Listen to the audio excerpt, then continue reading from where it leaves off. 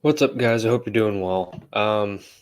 As some of you may know, and I've only talked about it a few times on previous videos and other stuff, but how I really got started in investing was mostly through like precious metals, specifically like physical gold and silver. Just I like holding real things, so I just have a natural kind of attraction to it, I guess. But basically, a big problem with that is like, how are you going to store this stuff? And so that's one of the things that I have. You know what? We'll just go straight into the screen share with because I found a post that actually does a pretty good job of going through it and really kind of giving your options. At least some of them. But anyways, let me make this a bit bigger. There. So how do you store these precious metals and stuff, right? Because there's various different ways. One way you can do it is at home, but obviously there's risks to that. So one of the pros of storing your precious metals at home is that you have easy access to it and you have control over it because it's in your physical possession, right? But one of the biggest consequences of that is the fact that it's a lot easier to steal. Um, and there's kind of a personal risk as well, especially if you have a significant amount. So, like, if you don't have a lot of it, then probably keeping it at home is probably your best bet, just because from like kind of a cost benefit analysis, right? And so like has, if you don't have a lot of metal, then putting it in some vault in Switzerland or New Zealand or whatever you choose probably isn't really going to outweigh the cost, right? So the actual benefit of having that security and it being far away is probably not very advantageous considering how much it would cost you, unless you have a significant amount. If you got a boatload of it, then it probably makes sense. And all of this too, it's highly dependent on the person and the situation. Not only just how much you have, but how much tolerance you have, how much freedom of travel you have, and stuff like that. Um, One thing, it's cheap. You don't have to pay for security. Whatever you have for your home is what you have for your gold and silver and so on. But again, the risk for burglary is high, especially if people actually know you have it. Another downside is that if you want to sell it, right? And that's one of those if you want to sell it, because a lot of people, like especially for me, I view it as like an insurance policy. Holding like gold, primarily gold, but silver to some extent, is more of preservation of wealth rather than trying to build wealth. So you don't really buy it um, wanting to sell it. It's kind of to preserve it in general, um, which is kind of the whole point. It's kind of the whole transition between, say, like some major like currency crisis is one example. So like if your currency like goes through hyperinflation, whenever you transition to the next one, whatever your next currency is or whatever may happen, um, it's your gold's probably going to stick around. You can sell gold, or you can basically like transfer gold into any other like currency or whatever that you want, um, for the most part. So, and another thing too, it's um, like if some people when they store it at home, they want to take it to like pawn shops, and I mean, there apparently you'll end up selling it below the spot price, which is definitely not advantageous because it's literally they're paying you less than what the metal's worth itself. But if you go to like dealers, the whole point of like the dealers and stuff when you buy bullion is that you pay the spot price and then some premium that they have for whatever because they have to make money too, obviously. So you're paying for the actual like the metal itself. But if you take it to an actual dealer to sell it, then they might want to prove the authenticity of it, which can cost money and time and stuff like that. Depending on how liquid you need it to be, that can be a disadvantage as well. Also, just natural disasters. Again, security and being your own home. If your house gets set on fire, it's one of those. I live in Florida, so if a hurricane comes, that's a problem.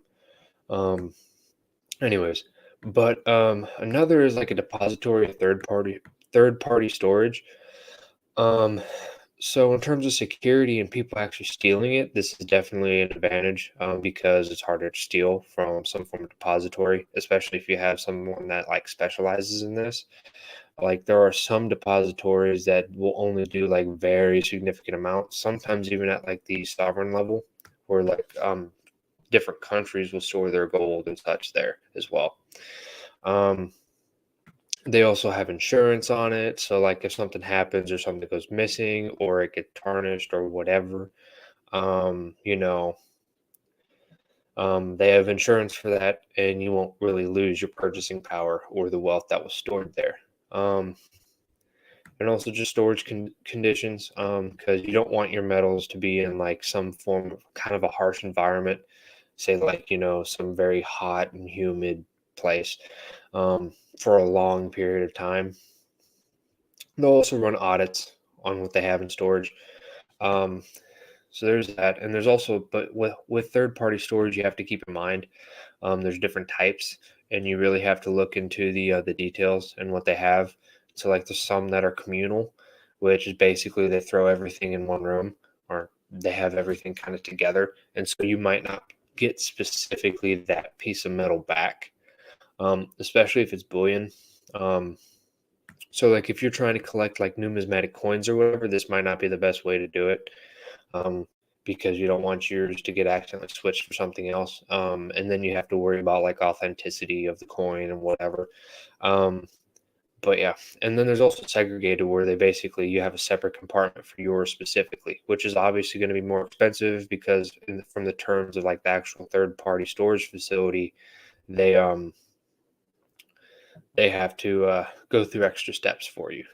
But it's one of those. All of this depends on the person, so like if it's worth it. And one of the things that is worth mentioning, they bring it up here, but is I think kind of defeats the whole purpose, is the whole bank vault thing. So like storing your valuables in a bank vault. It's not nothing new. It's more affordable than a third party storage. But the problem with that is accessibility, and I think that's the whole point. Like the whole reason you buy um, gold, like physical gold and silver, or precious metals in general, whatever, is you want to have access to it all the time, and that is specifically for situations in which banks either fail or go on holiday and aren't open. If you store it in a bank vault, then you can only get it when the banks are open. It kind of defeats the purpose of buying the gold in the first place because that's specifically what you're buying the gold for. At least that's specifically what I'm buying the gold for. So I think it's pretty for me. Storing physical gold and silver in a bank vault is stupid. It defeats the purpose of buying it in the first place. Maybe completely different for you. That is definitely an option, and it's worth mentioning. Um, and down here they talk about the whole, I'll just read it verbatim. So, additionally, some people think that storing precious metals in a bank allows the government to confiscate their assets at will. While this may sound like a huge drawback, it is an outright fallacy. The US dollar does not have any gold backing, so there is no correlation between your gold or silver and the dollar. However, the government might confiscate your fiat currency bank account or your house, right? And so this is kind of going back on the premise of what happened in the 1930s with FDR, Franklin Delano Roosevelt, when he did the whole gold confiscation.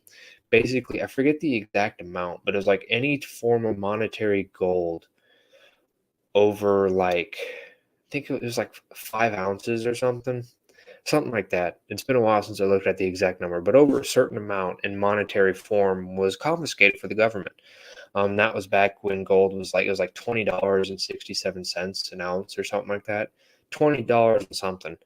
Um, and then basically after they did the whole confiscation of all monetary gold, at least that they could find, um, they immediately increased the price to like $35, I think, off the top of my head. Um, which kind of, I mean, obviously it was to significantly devalue the dollar against gold because back then we were on kind of a if you want to be technical, that was kind of the end of a true gold standard. Then there was the whole like Nixon closing the gold window in 1971. I think it was August 15th, 1971. But yeah, but yes, the US dollar does not have any gold backing, but that doesn't necessarily mean that the government's not going to confiscate your gold, especially if it's in a monetary form. That's one of those things to say. Yes, they said to say that there's no correlation between your gold or silver and the dollar. In terms of like a monetary sense, I guess. Besides just like the usual like trading of the actual commodity and like the spot price and selling the physical metal. But that doesn't necessarily mean that if the government's in a position to where they're going to confiscate something, it's not going to be solely going to be because just in U.S. dollars. To say that that's the only way they would ever confiscate anything, I don't think is. I don't think that's showing that they didn't think that all the way through. Because one of the things that I noticed, especially by studying history and everything else, is there's always you don't really know. Um, Sometimes it seems illogical. Sometimes I don't know, but I guess I'm trying to figure out a good way to word this, right? So it's I don't. Honestly, I completely disagree with them saying that it's an outright fallacy, because I don't think that you can say with 100% certainty that they will never confiscate gold again. I think there's a non-zero probability for that. Now, however, that doesn't mean I think that it's probable. I think that it's probable. The probability for that is above zero, but I don't think it's very far above zero. Um, Mostly because the whole incentive structure is kind of different than it used to be, especially since we no longer have, again, that gold backing that they mentioned. So there is a little bit of merit to it, but I don't think it talks about the whole story. But I mean, it's also like this is the purpose of this post was just to give different methods of storing stuff, not to go into the nuance of gold confiscation. So don't expect like a whole like 5-page essay on the confiscation of gold, its history, and its reasons. But still, think that's a little bit naive to say the least. But then again, you never know. Anyways, stop the screen share. Anyways, if you're gonna buy physical gold and silver, you have to store it somehow. There's different ways to do that. No one says you have to do it just one way. There's definitely pros and cons to each individual way, and so kind of diversifying across each of those options is probably a logical thing to do. Having some in your house probably isn't that big of a deal, especially if it's not a very significant amount. Because it's one of those, when you're dealing with this kind of stuff, you have to think about, okay, when does this stuff matter? So, like, if what would be happening in the world that require me to do this, to have to use my gold and silver for either barter or to trade it or whatever. And so, if you have it specifically for those kind of reasons, then you have to go through that kind of game theory to really understand how you should do it. So having it in multiple locations, multiple jurisdictions, makes sense, right? But also having some on your person so that you can get to that matters. But then you also have to think about, okay, how am I going to get to that in the event of whatever happens, right? It's kind of, for me, it seems kind of like a last resort kind of fail safe in a way, at least in terms of wealth, so that no matter what happens in terms of, like, say, some monetary reset or whatever, um, you have options. It's really about optionality and preserving your wealth and stuff like that, which is unfortunately a very, very case by case basis. And so it really depends on your own situation, and you have to think about it. One person who I know who really helped me think about this kind of stuff is James Rickards in his books. He has multiple that are really good for this. So, like,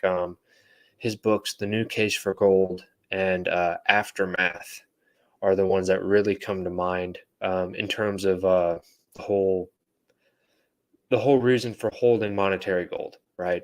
So there's that.